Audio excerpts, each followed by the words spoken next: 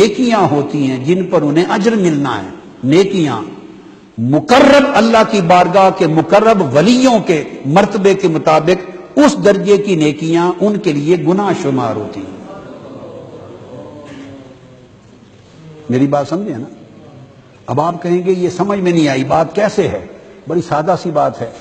اردو کی املا اگر ایک پرائمری کا طالب علم لکھے اور جملے صحیح لکھے تو اس کے لیے وہ صحیح عبارت ہے، اس کے لیے وہ صحیح عبارت ہے. ٹیچر اس کو 10 آؤٹ آف 10 دے دے گا، سٹار دے دے گا.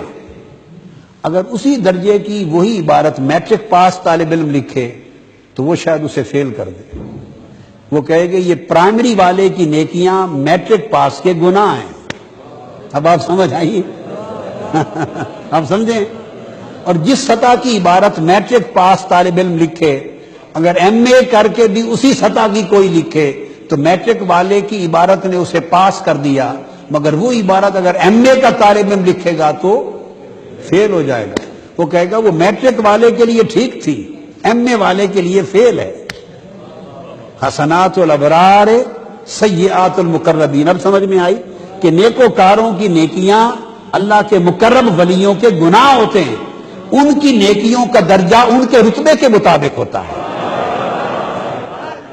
تو ہمارا پہلوان اس کو جارے کے سامنے پیش کر دے تو وہ تو لمبا ڈال دے گا 1 سیکنڈ میں، ایک مارے گا مکھ کا دھون بھی توڑ دے گا اسے. تو ہمارا پہلوان تو وہاں تو بالکل کیا بن جائے گا؟ اب ہیں کچھ بھی نہیں ہوگا، مار کھا کے آ جائے گا. تو مطلب ہے آپ سمجھ گئے نا بات.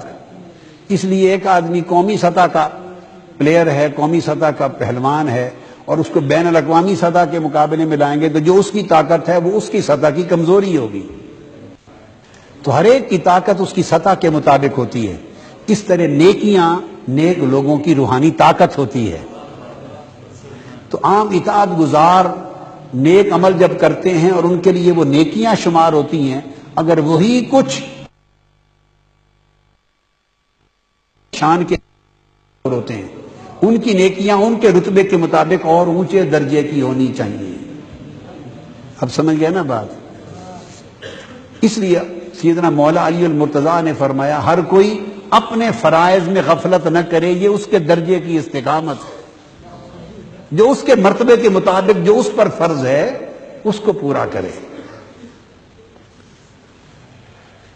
اور اولیاء اللہ نے یہ کہا کہ اللہ کی محبت میں استقامت قائم رہنا، اس کی بندگی میں قائم رہنا اتنی یکسوئی سے کہ نہ کبھی دائیں دیکھنا نہ بائیں. یہ میں ہمیشہ آپ کو بتاتا آ رہا ہوں. اگر یہ یکسوئی اور یہ ثابت قدمی رہے اللہ کی بندگی اور اس کی محبت میں تو اسے استقامت کہتے ہیں. اسے استقامت کہتے ہیں. اب یہ استقامت افعال میں بھی ہے، احوال میں بھی ہے، نیات میں بھی ہے. اور اس کو عرفاء کے طریق پر دیکھیں تو دراصل استقامت کے 5 درجے بیان کیے گئے. استقامت فی الاقوال، استقامت فی الافعال، استقامت فی الاعمال، استقامت فی الاحوال، استقامت فی النیات.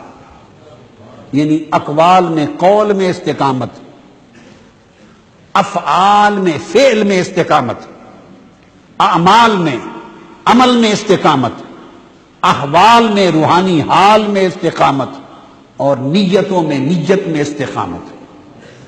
5 قسمیں یا 5 درجے ہیں استقامت کے.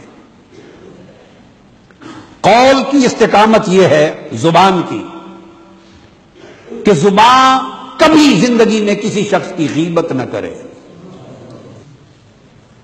زبان سے کبھی گناہ صادر نہ ہو، زبان سے کبھی جھوٹ کا ارتکاب نہ ہو، صدور نہ ہو، گناہ زبان سے کبھی کسی کو گالی نہ دیں، زبان سے کسی کی تضحیک نہ کریں، تذلیل نہ کریں، چغلی نہ کریں، غیبت نہ کریں، عیب جوئی نہ کریں، عیب گوئی نہ کریں.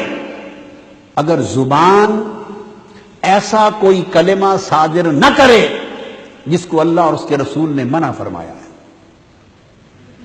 اور زبان گناہ کے کلمات سے پاک رہے تو اولیاء اللہ کہتے ہیں یہ استقامت فی الاقوال ہے، یہ زبان کی استقامت ہے۔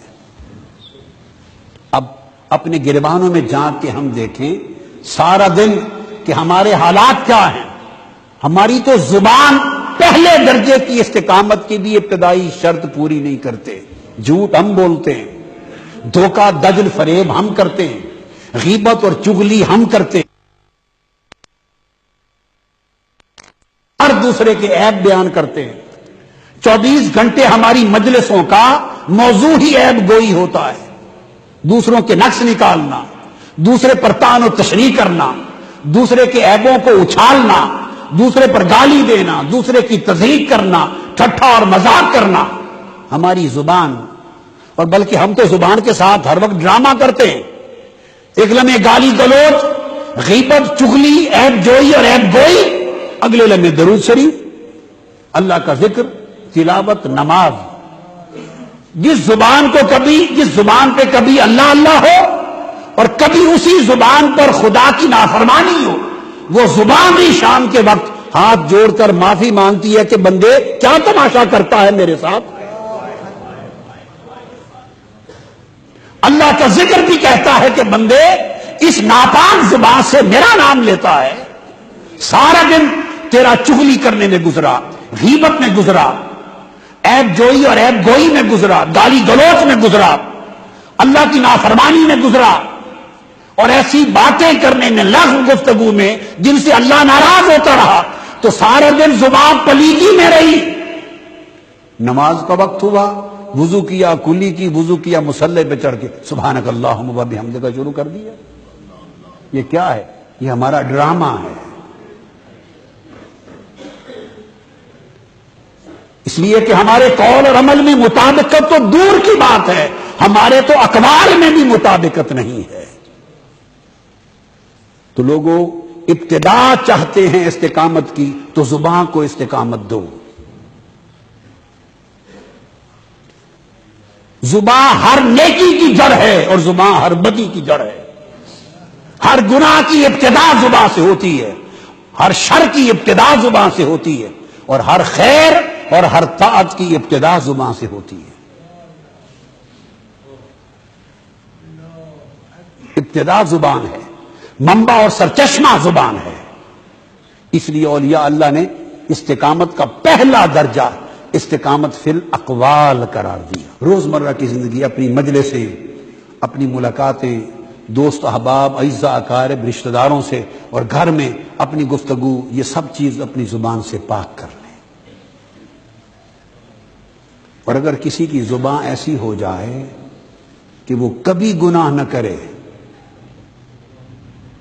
ایسی زبان ہو جائے کہ کبھی گناہ نہ کرے، تو جو زبان گناہ کرنے والی ہی نہیں اور ہر وقت اللہ کے ذکر سے معمور رہتی ہے، ہر وقت نیک نصیحت اور دین کے ساتھ مرطوب رہتی ہے، ہر وقت اللہ کی یاد سے یا قرآن سے یا سنت رسول سے یا دین سے یا ذکر خدا سے یا ذکر مصطفیٰ سے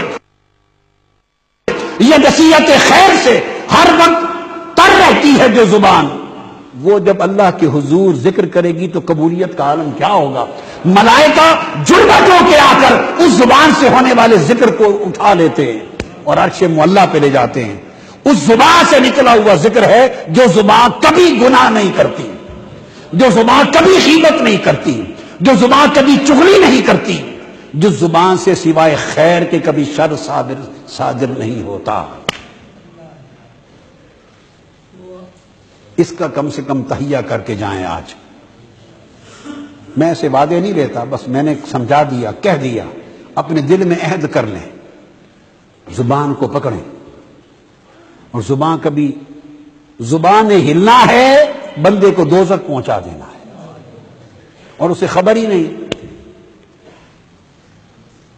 کبھی زبان غیبت، چغلی، کذب، جھوٹ، گناہ کی طرف جائے، یاد کریں میری بات، اس کو پکڑ لیا کریں 2 انگلیوں کے ساتھ اور کھینچا کریں اور کہیں خدا کے لیے مجھے دوزخ نہ پہنچا۔